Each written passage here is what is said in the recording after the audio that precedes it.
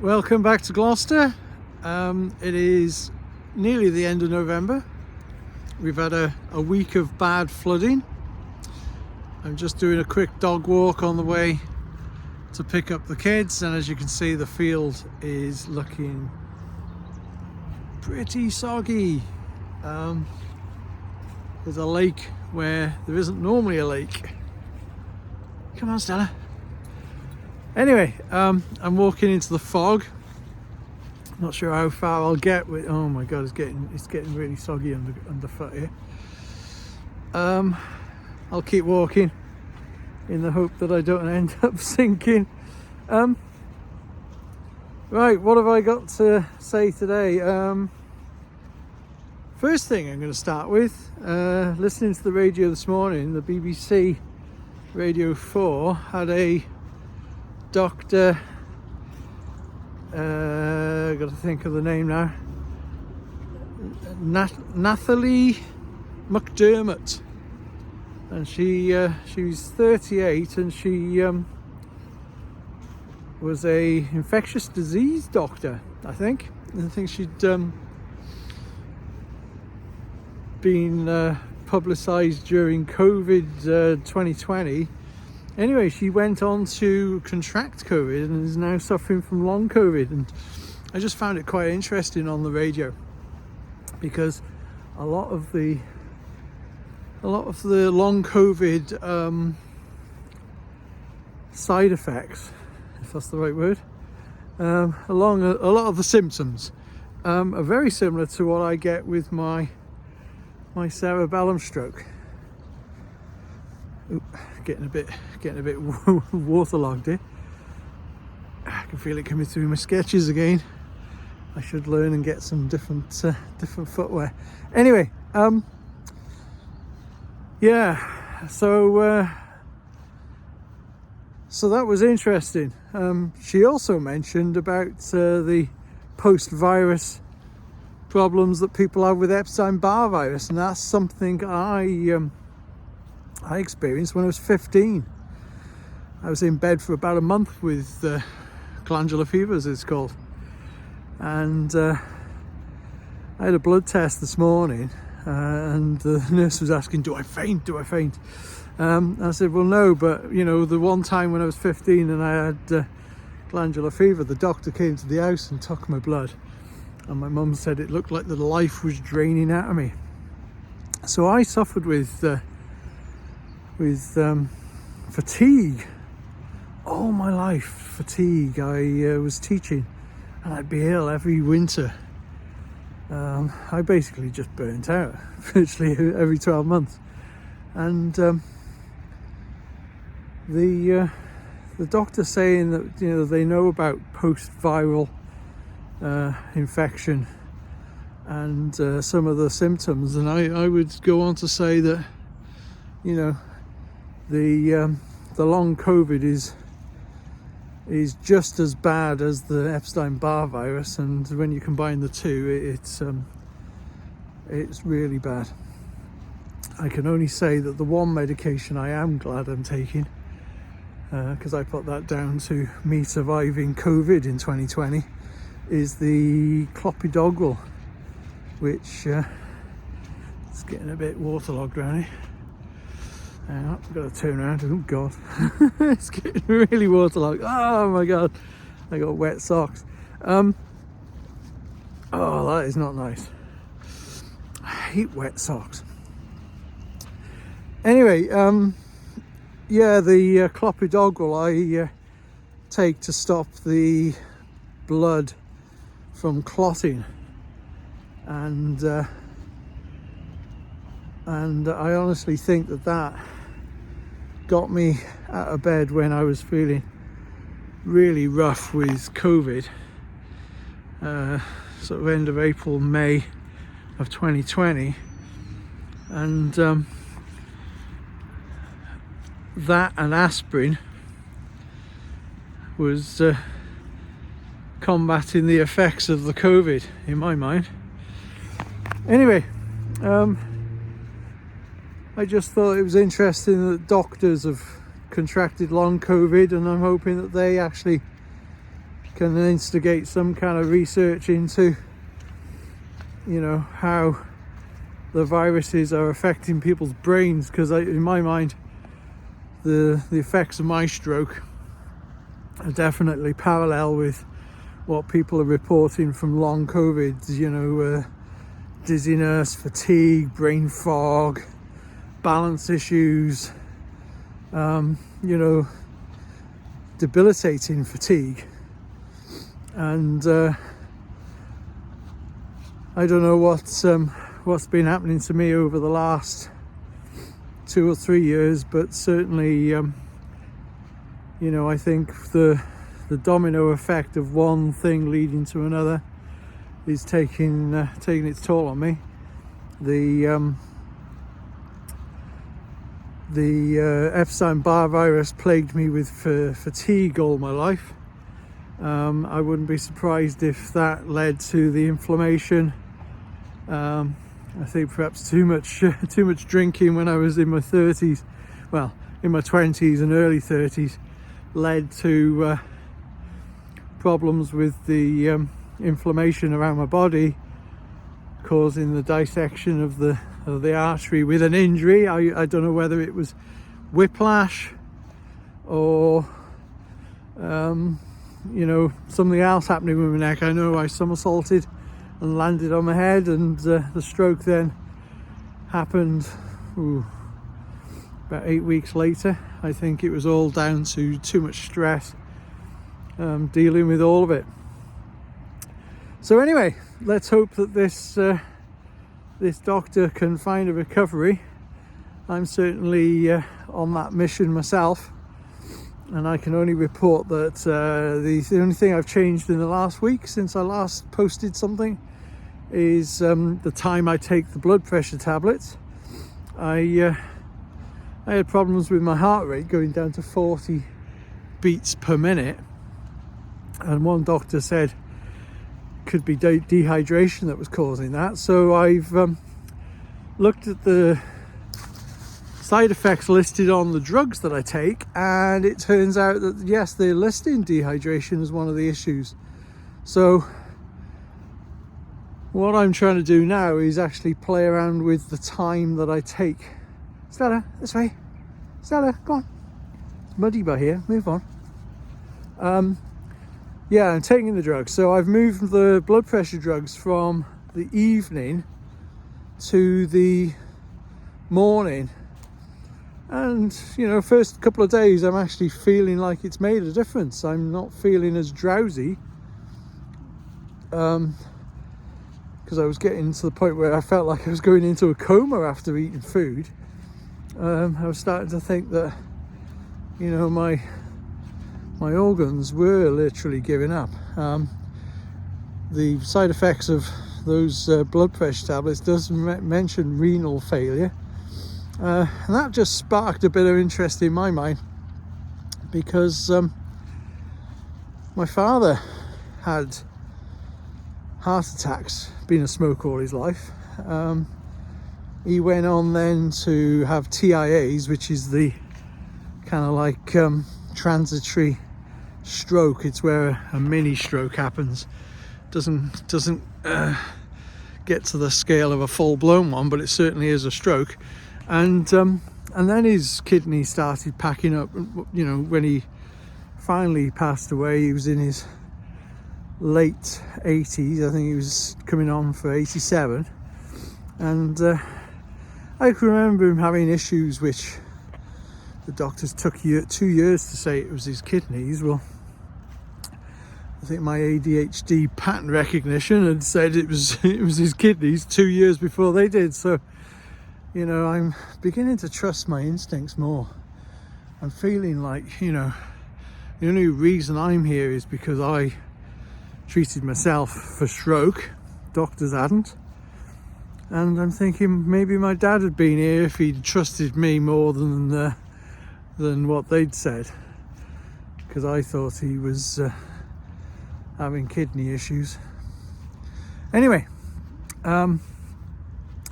it does make me feel like my mission now should be to really focus on what the glucose goddess is saying and try and get to the point where I am not overloading my system with ultra processed food and in particular glucose, and trying to focus on getting my post-statin weight off. I haven't weighed myself today, but I certainly at a peak was over 19 stone. I'm around 17 something now, but ideally I should be back to at least 15, which is where I comfortably was before all my problems started in 2016. So I think I've got to knuckle down and give up my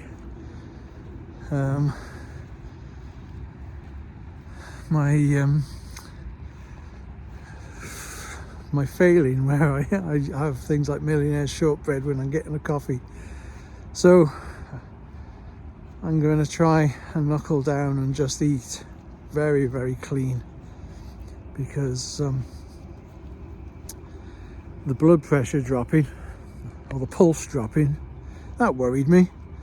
But when you read the side effects of these tablets, it's actually written there. It's just that there's so much written there, you don't really take it on until you actually get to the point where it has affected you, and you the dots suddenly join up and you make sense of it. You know, I do think that there's so much that you need to understand.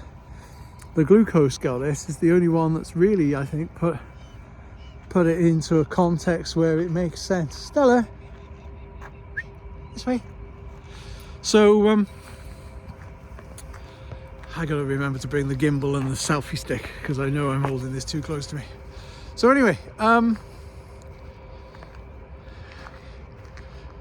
yeah, I'm feeling a little bit better today. Actually feels like my legs are part of my body for once. What's changed? The blood pressure tablet. Which are those? Oh god, indapamide and losartan, I think. Don't know how to pronounce these things. Anyway, I took those this morning with some food. I think a piece of toast. Should be giving up the toast as well. That's got sugar in it. But anyway, I'm hoping that perhaps that is the best time. I'm still taking my Clopidogrel before I go to bed, so around about 9 o'clock in the evening, and I've also continued with my BioCult, which is 14 live bacteria to try and get my guts to be happy. I certainly feel like my legs are less inflamed. I feel like my hands are less inflamed. I was explaining to one chap the other day who was saying he's having hand problems. I couldn't make a fist like that. I think the swelling was so bad, you know, it just restricted you. Both hands are now, God, even though it's cold, oof, that is really cold. I'm able to make a fist like I haven't been for years. So, and my trousers keep falling down. I haven't got a belt on, so if you keep seeing me do stuff like that, it's because literally my jeans are sliding down, which is a bit embarrassing. Yeah, so where was I? Oh, CoQ10 is the other one I've just started. I took CoQ10 in an attempt to recover from the statins. I'd read that CoQ10 is required for repair. Stella. So I've started taking that again. Bought that the other day. So if I go back and do the full list in one go, I'm on the blood thinner. No, I say a lie. It's not a blood thinner. I'm on the anti-clotting, which is stops the platelets from clumping. Clopidogrel. I'm on the 2 blood pressure tablets, and I'd like to come off those because I think the long term those could damage your kidneys, so my aim is to get rid of those. And I think to do that I have got to do more exercise. I've probably got to do some light weights, realizing the importance of your muscles, keeping your muscle tone, keeping your toxins flowing out of your body, so get the liver and the kidneys working properly. So it's basically get the system back on track, and stop the ultra processed food from doing its damage. I think when you hear the stats on Western society and the number of people who are obese, myself included, since about 1995, I can remember going to the doctor and saying I'd reached 14 stone, and he said, join the club. He was about the same age as me. So, we're talking 94 to 2024. That's 30 years of bad health, basically. So, all that on top of my Epstein-Barr virus when I was 15. So 15 was 1984. So my wife her birthday is 1984. I've been ill the whole time she's been alive. So don't beat yourself up if you are feeling like you could try harder. I think perhaps we've been sailing through an epidemic of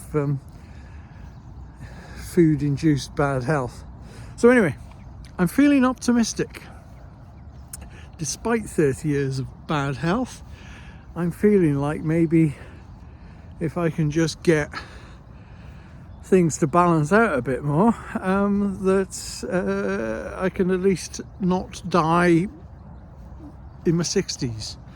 If I can get to 70, I will take that as a win, because I gotta be honest, after the second stroke, I really felt like I had, not even the years I've had since then. Statistically, I am on a bad streak. Once you've had one stroke, it's bad. When you have two, the stats go up for your demise being sooner than later. But I think if I can just halt the health issues and reverse some of them, when I stand on those scales that test your bone density and your water content, my water content's low. I think it's in the 40s, so I need to get that up. I'm aiming for like 50. My body mass index, which used to be below 25, that's in the 30s, so I think that is one thing I need to do. So water content up, body mass down, weight down. If I can lose, I know, maybe 10 kilograms a year, 5 to 10 kilograms a year, be something. So I'm 57 in March. I'm going to set myself the target of getting down to 16 stone this year, 15 stone next year. If I can get to 14 stone by the time I'm 60, I won't say I'll treat myself to a cake, because that's exactly what I don't want to do, but I will pat myself on the back. So, who's given me inspiration to do all this? Well, the dog was up to nearly 30 stone. She got spayed, and I was warned that she would, her metabolism would change and she'd put on weight, and boy did she. And it was hard to stop her eating these tins that she was being fed, because she just, looks at you and you just can't help but respond and feed her. Anyway, I've changed to a different dog food. It comes in packets, which are a hell of a lot easier to deal with in terms of recycling, and I just don't feed her as much. So I'm feeding her, but she's getting smaller quantities, so it's portion control basically.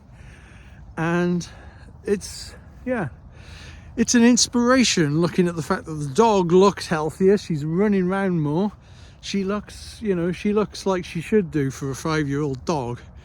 So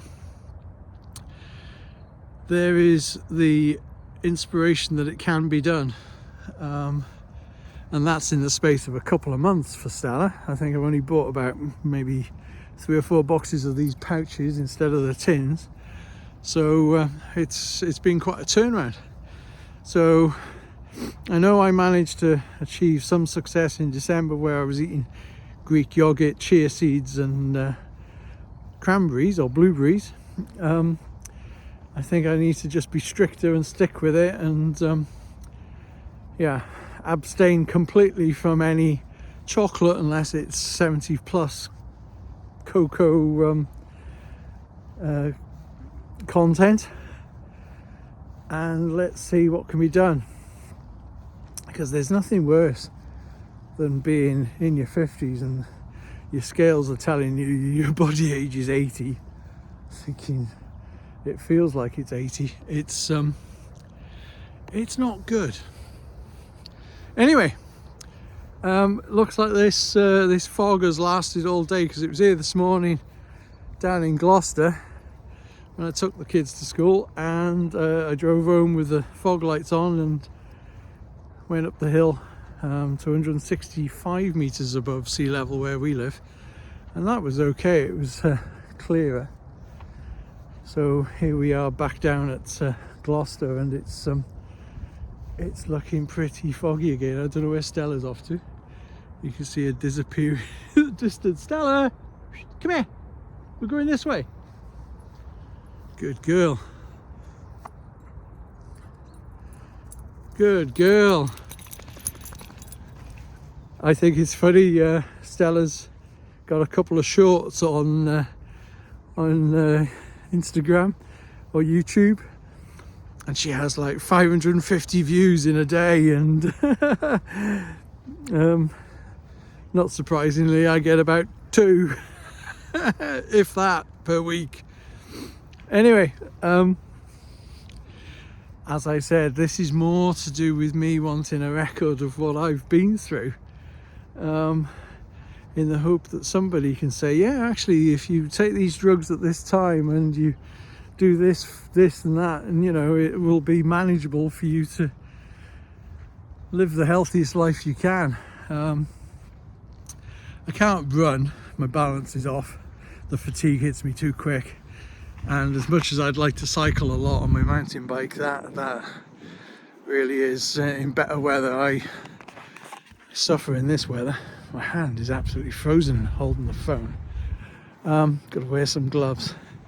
But anyway, yeah, I'm feeling better than I was a few weeks ago when my pulse dropped down to 40. It was just interesting seeing this old guy, 84, and he was saying that his pulse dropped to 37 or something. He went into hospital for a week.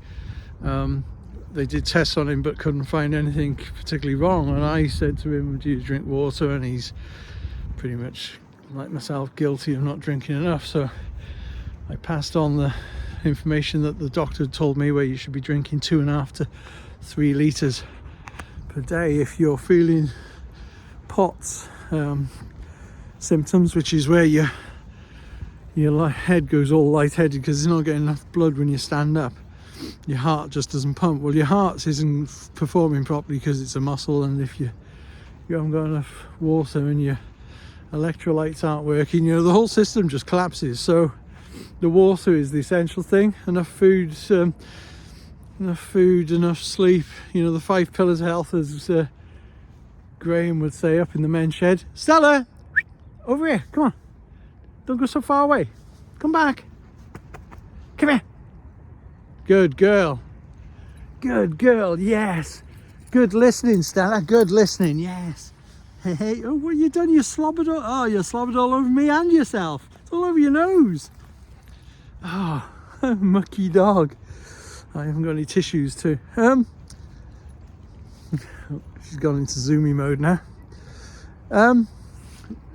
Anyway, I think yeah, you've got to look after yourself, people. When I think of all the relationship breakdowns people have, I think half of it's because whether it's your hormones or whether it's your vitamin levels or whatever, they're just out of track. So people just aren't themselves. It's I don't know. I think it's sad. I think if we got the health of nations to be good, the world would be a better place. Anyway, I'm going to stop now because my hands are getting cold and I've got to negotiate this muddy field and my wet feet to get back to the car. So I'm going to post this when I get home. I still haven't got myself as far as a laptop to edit stuff.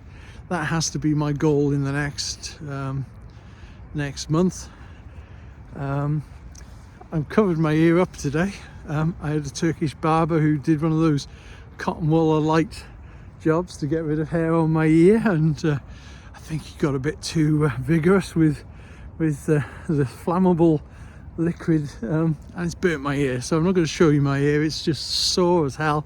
It's been peeling, blistering, bleeding. It hasn't been a good week. So I think when my ear has recovered, I will go back to shooting videos. So I'm hoping that by the time we get on a plane and fly out to see the volcanoes in Iceland, that might be the case. So anyway, thanks for visiting if you've popped by, and extreme thanks if you managed to get all the way through to the end of this video at 26 minutes. Much appreciated.